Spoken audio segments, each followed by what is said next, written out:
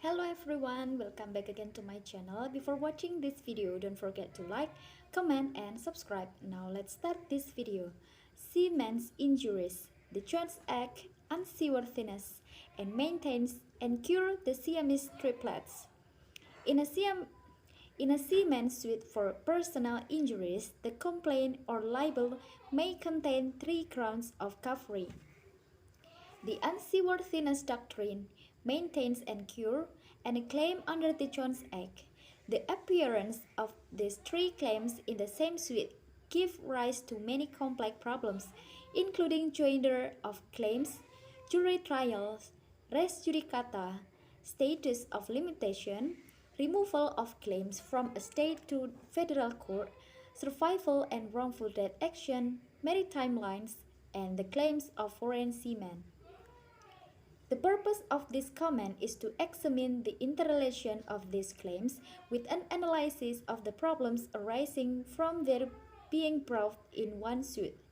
Although the three grounds are stated in the complaint, there is a great deal of overlapping as to the scope of recovery.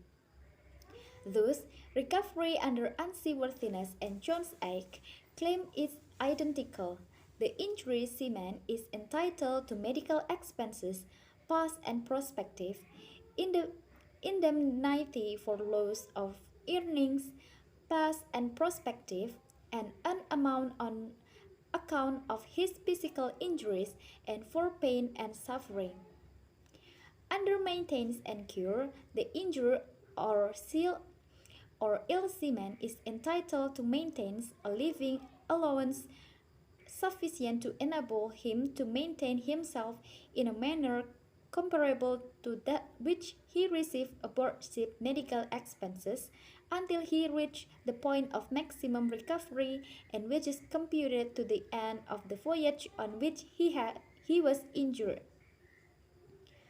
Although duplication of damage is not permitted when a seaman recovers on both a Jones Act or unseaworthiness claim and maintains and cure, the burden of proving such duplication, often a difficult one, is placed on the defendant.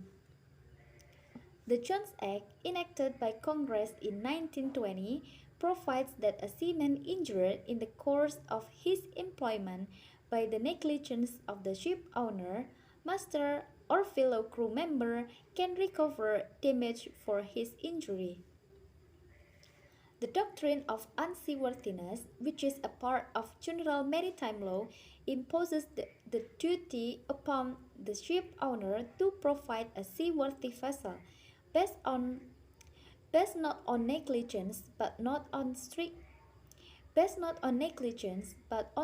liability. The ship owner is held liable for failure to perform this duty.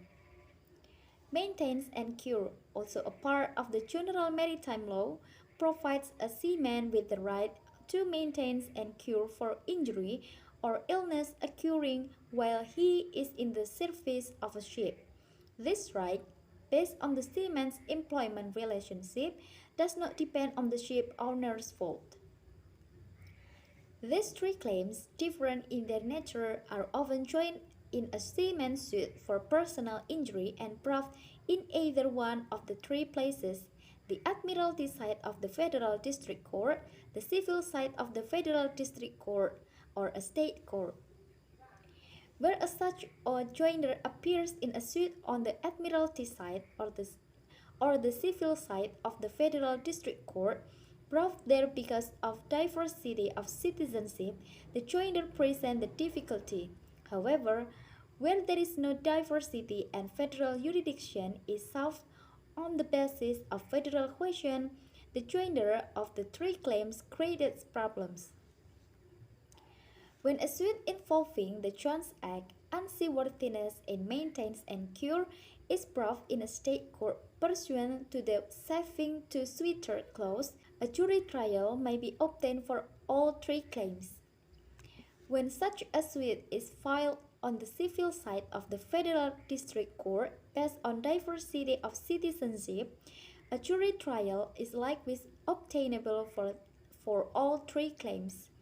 But When diversity is lacking and a suit containing the three claims is brought on the civil side of the Federal District Court, although a jury trial can be obtained for the claim under the Jones Act, as respect the unseaworthiness and the maintains and cure claims, the question is unresolved. In a later case, the court again expressively refused to decide the question, leaving to the courts of appeals the task of working out their own solution. The Second Circuit, when faced with suit containing Jones Act, unseaworthiness and maintains and cure claims, filed on the civil side of the Federal District Court in non-diversity cases, has sent the Jones Act and unseaworthiness claims to the jury and tried the maintains and cure claims to the court. The Fifth Circuit has also sent the Jones Act and unseaworthiness claims to the jury. Moreover, when a maintains and cure claim was sent to the jury along with Jones Act and unseaworthiness claims, the Fifth Circuit declared on appeal that this was not an abuse of discretion by the trial judges.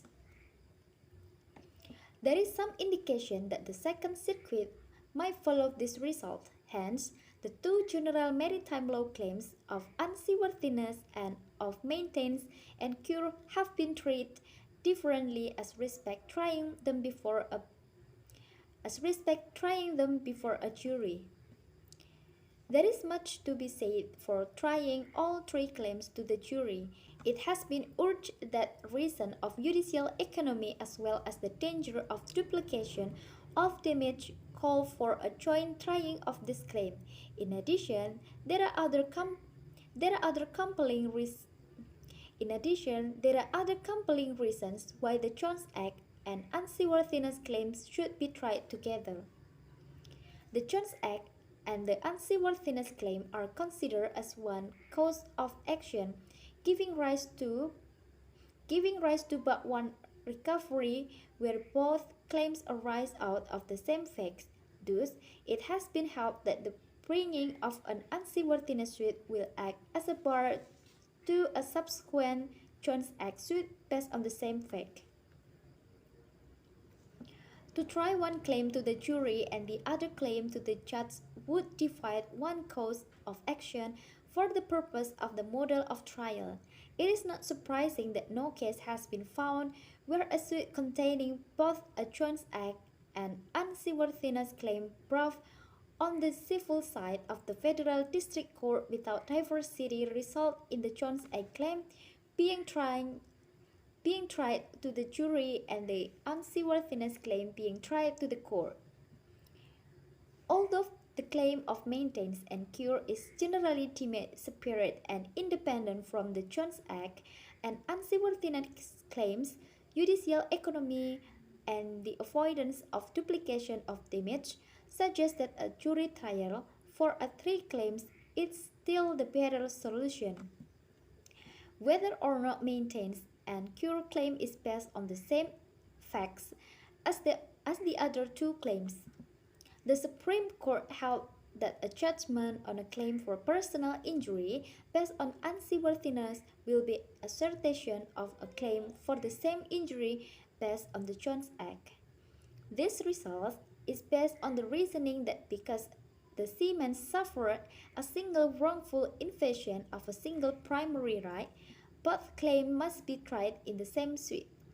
As respects the maintenance and cure claim, however, the bringing of such a suit does not bar a subsequent suit based on the Jones Act or unseaworthiness even where the claims arise from the facts. In Ken v. Overseas Steamship Corp., one seaman attacked another seaman with a meat cleaver on board the ship. The district judge in that case instructed the jury that unless the ship owner knew or should have known of the attacker's vicious nature, he should not be held liable. The Second Circuit reserved and remanded the case, holding that the doctrine of seaworthiness does not require that an owner have knowledge of an attacker's savage disposition as a condition of liability. Okay everyone, that's all this article today. Thank you so much for watching this video. Until the next one, bye bye.